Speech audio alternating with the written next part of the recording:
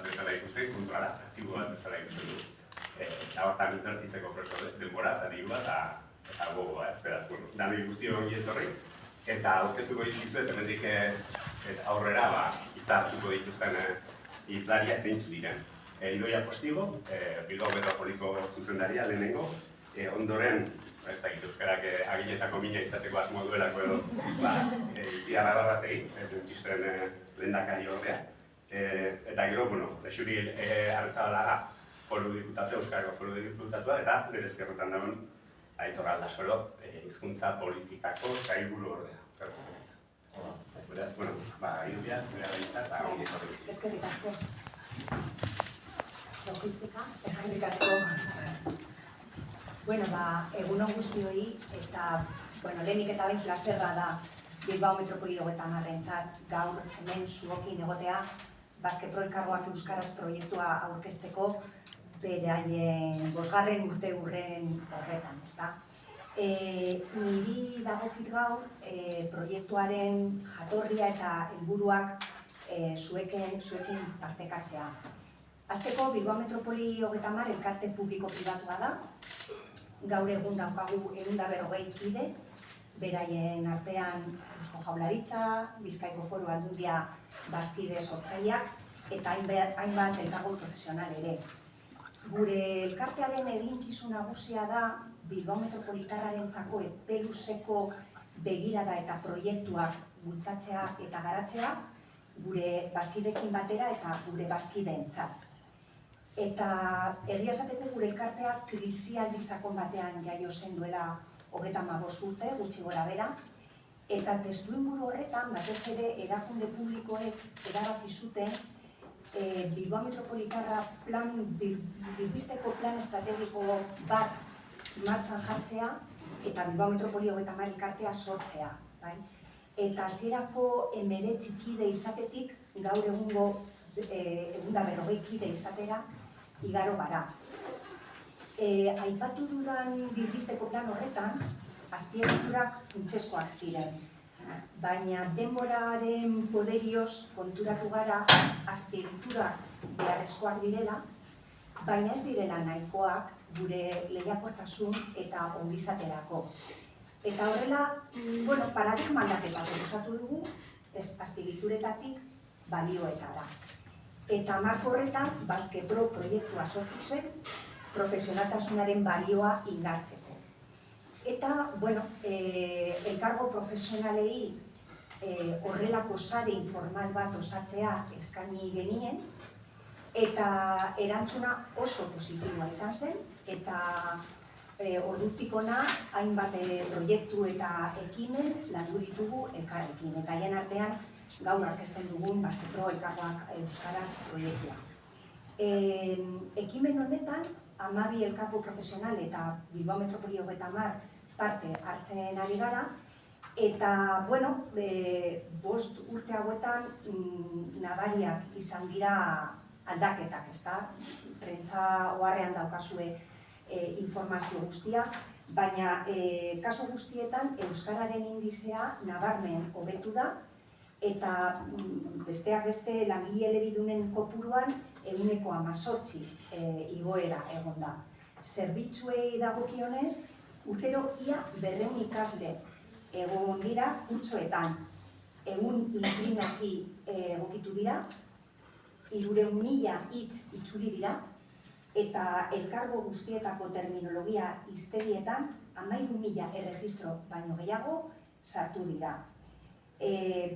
Behar bada, Baskepro elkargoak euskaraz proiektu apala da, baina zalantza barik elkargo profesionalen eta Bilbao Metropoliko 30 konpromisua erakusten du lan munduan euskararen erabilerarekin.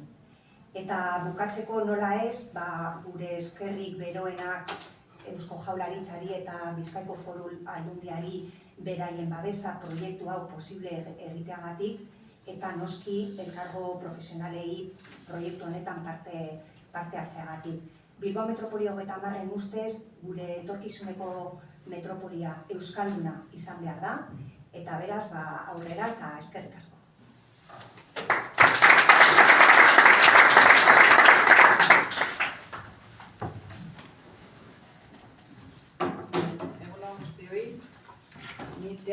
Arregi naiz eta nator Bizkaiko dentisten edo aginalarien elkargotik.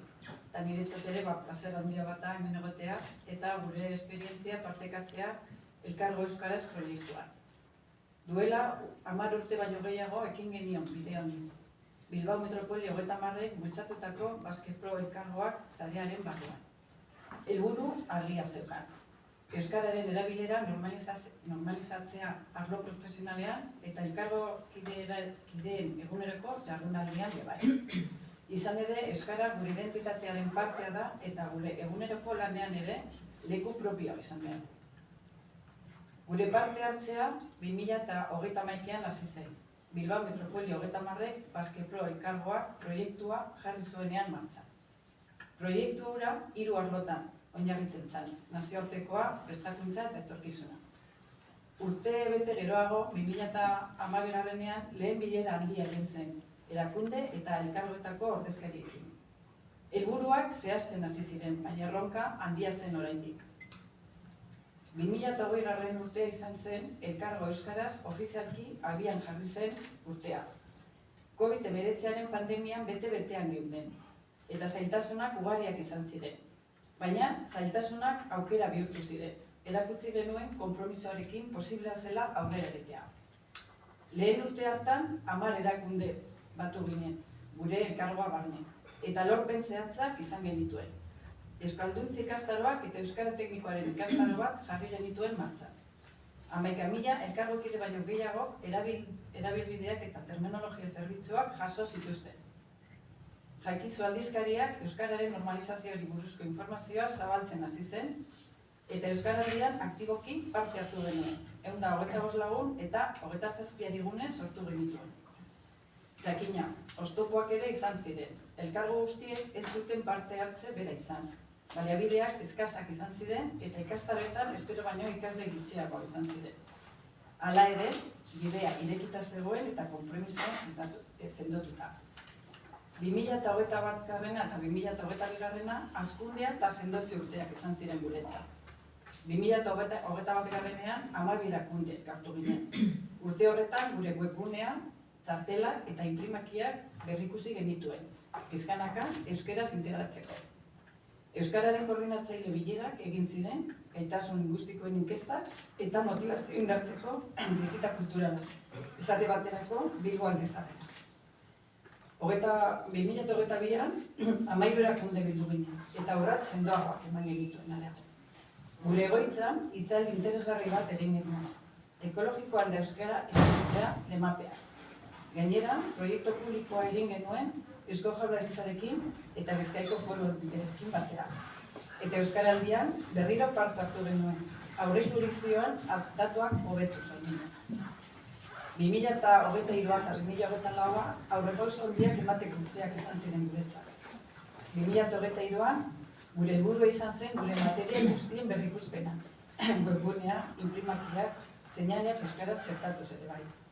24an jauzi garrantzitsua eman genuen. Langile berriak kontratatzean euskararen ezagutza baloratu genuen. Irizpide lingustiko argiak onartu ziren gure elkargoan eta hiztegi espezializatuan 60 termino baino gehiago gainditu genituen. Eta nola ez, korrikan berriro parte hartu genuen. Arro herri ilmapean kilometro bat egin genuen eta gure hizkuntzarekiko harrotasuna adieraziz berriro. 2025 guretzat konpromisoaren jarraipenaren urtea da. Aurten ere, norabide berean jarraitzen dugu. Koordinatzaileen bilerak egiten ditugu, gure langileentzako prestakuntza saioak antolatzen ditugu, eta webgune eta dokumentazioa euskeraz egokitzen itzulpen berriak eskuratu ditugu. Euskaraldian berriz ere topaketa lekua izan da guretzat euskararen erabiltzeko sustatzeko. Urrats txikiak baina etengabeak dira gureak. Eta gure elkargoaren errealitatea aldatzen ari da. Gaur esan dezakegu euskara gure elkargoaren partea dela. Gure webgunea osorik dago euskaraz eta gaztelaniaz.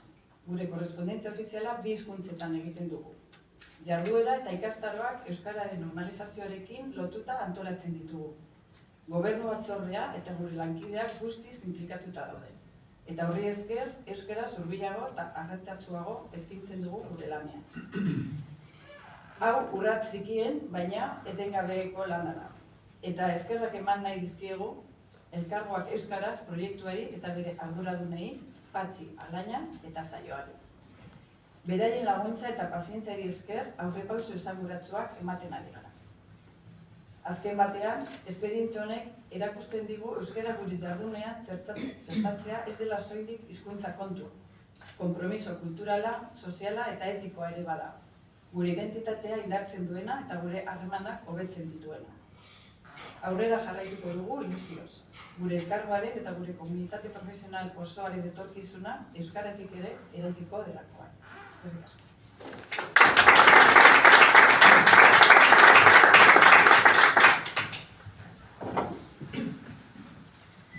Egunon dan hori eta eskerrik asko benetan gonbidapenagatik eta eskerrik asko den zagozan guztione konpromisoagatik.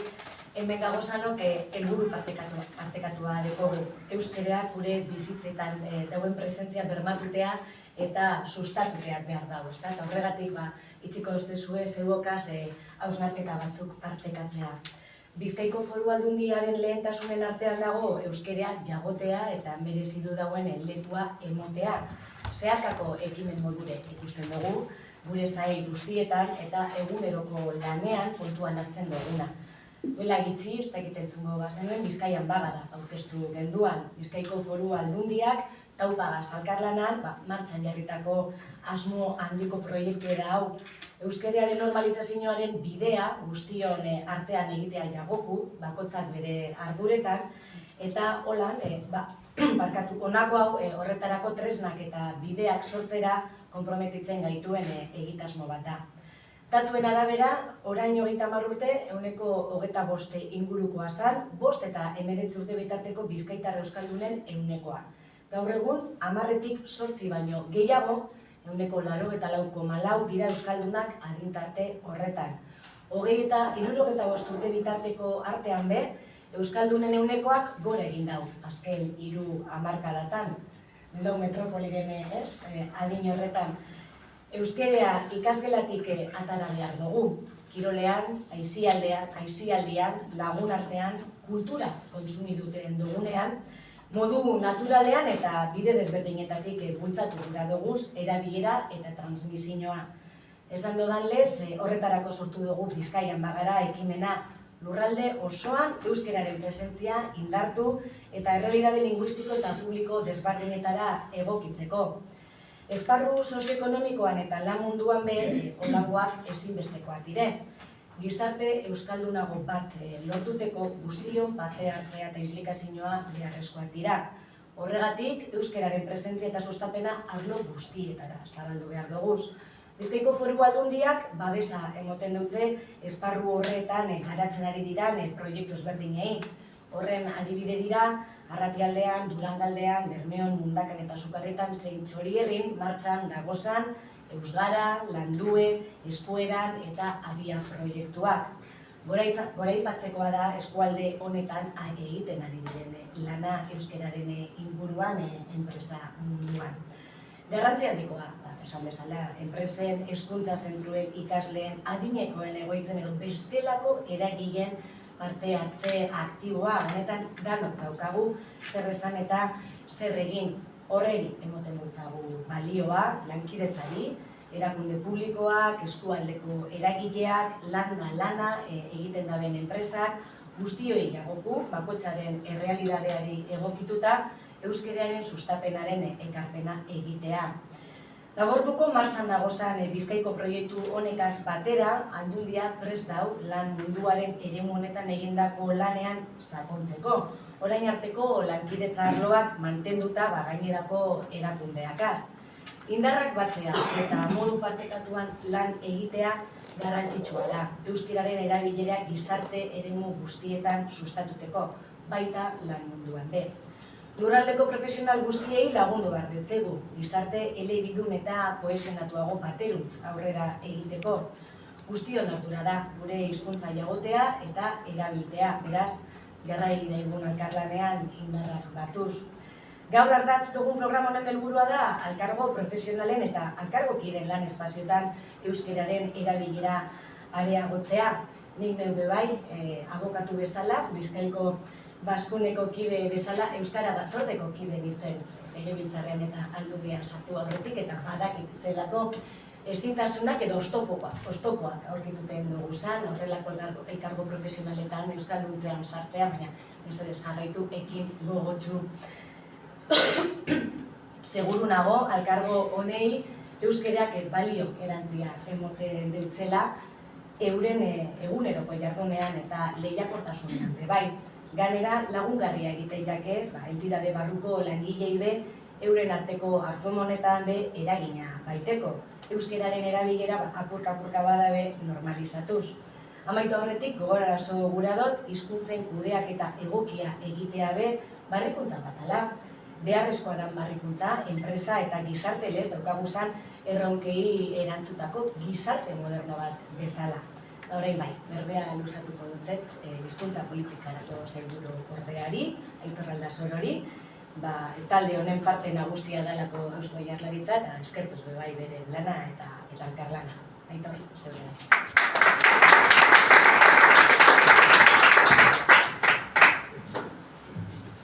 Egunon, eskerrak nik eman gonbidapenagatik. Zer gure lana uste dut nahiko erraxa dela. Oraingoan ere ez, claro, azkena hitzikia gana esan damen, berz esaten dezun, ez da, gure lana erraxa, Joseba hasi da ekonomiak oso bere dituen inbertsioa, amortizazioa, horrelako terminoekin, idoiak ere, esan do ez, hazkunde baten ispilu zerate, numeroak hor daude, gaur egun ezinbestekoak dira, Itziarrek esan do, pauso txikiak eman, gauza txikiak egiten ditugu, ikusten dut, euskerak zerbait behar baldin bado hori dela. Hau da, Jaurlaritza batek planak eta egiten ditu, eta plan horiek gauzatzeko horrelako erramintak ez baldin badaude, titularretan gaur egun errez saltzen dira gauzak, baina nekez iritsi behar dezun lekura, ez da. Leixurik, niretzat zeharkakotasuna aipatzea politika publikoetan eta euskerari dagokionean, hori ulertzea bere biziko garrantzia dauka. Ze azkenen, batzuk zein besteak esaten ditugunak zertaz ari geranaz, nortasun batez. Gaur egungo mundu globalizatu honetan, zer bereizten zaitu, zenbat enpresa ari dira diru putzuak gastatzen bereizketa hori adierazteko. Gaur egun Nueva Yorken eta hemen oso antzeko jazten dugu, oso antzeko jaten dugu, zer bereizten gaitu, zerk egiten gaitu bereizi. Bat behintzet bada hizkuntza, baina geha gerana. Eta geran hortik nik usten dut munduan ere herri bezala nortasun horrek egiten gaitula berezi. Eta egiten gaitu berezi baita ere inguruari begira, lan munduan daukagun kalidadearengatik. Guk ondo dakigu nondik datorkigun guri ongizatea. Eta ongizatea datorkigu bereizi izate hortatik lan egiten jakitekatik. Zerbaitik eman digu eta hainbeste urtetan berezitasun hori. Orduan nik uste Bilbon hau egitea, Itziarrek esan do, pauso txikiak edo gauza txikiak eginez, Bilbon gauza txikiak ere handi dira euskerarentzat. Eta ez da txiste bat. Bilbon, inu baino euskaldun gehiago Bilbon dago. Erabiltzen eta ezagutzan, kopuruan. Hemen egiten den gutxia izugarri da euskerarentzat. Eta pauso txiki horiek egitea bere biziko garrantzia dauka. Hau da, guk bigarren plana martxan jarriko dugu, espero dugu elkargoak esku bat botatzea, eta guk ez dugun ikuspegi hori, gertutik dagoen ikuspegi hori lantzen laguntzea, plasmatzen laguntzea, eta bidea egiten laguntzea. Zalantzen ez du orain arte bezala, 5 urteko harremana da ia, burutzen ari gerana, gu hor egongo gera nola ezpa, esan dedanakatik, guk egiten dugu lan erresa. Hemen lan zaila da, enpresa handietara iristea ere ez da horren konplikatua izaten. Baina bakan horietaraino jeistea izaten da zailtasuna gertatzen zaiona euskarari orokorrean. Ze edozein eslogan, edozein euskaraldia aipatu da, neurri batean zer hori erresa da, nola hori da zaila. Eta nik uste dut hemen asmatzen ari zeratela nola horietan. Eta gaina oso terreno komplikatu bat.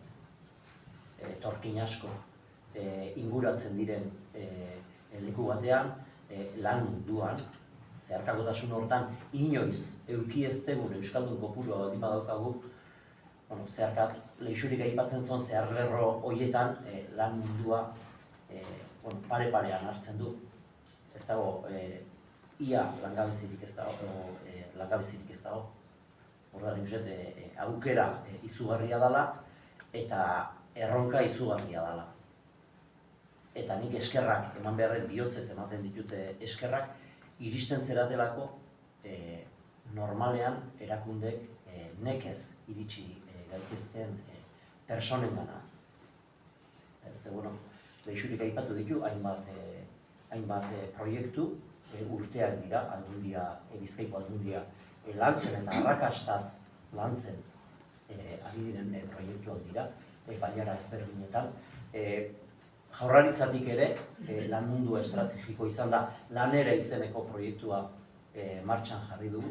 Eta bilgune nahi du izan, lehendik martxan daudenak eta berriak martxan jarriko direnak. Eta bertan bizi diren esperientzia onak ezagutzea eta horiek trasladatzea, tokian tokira trasladatzea ezinbestekoa da. Ezinbestekoa da, aurrera pausok eman nahi baldin baditugu, hasierara bueltatuko naiz gu izaten. Hau da, nortasun hori elikatzen. Eta nortasuna da lan egiteko modua, nortasuna da bizitza ikusteko modua, eta nortasuna da noski hizkuntza. Orduan, eskerrik asko zuei, egiten duzu lanagatik, eta gu beti espero dut denbora luzez, horre gongo gara eta elkarlana sustatuko dugu. Eskerrik asko.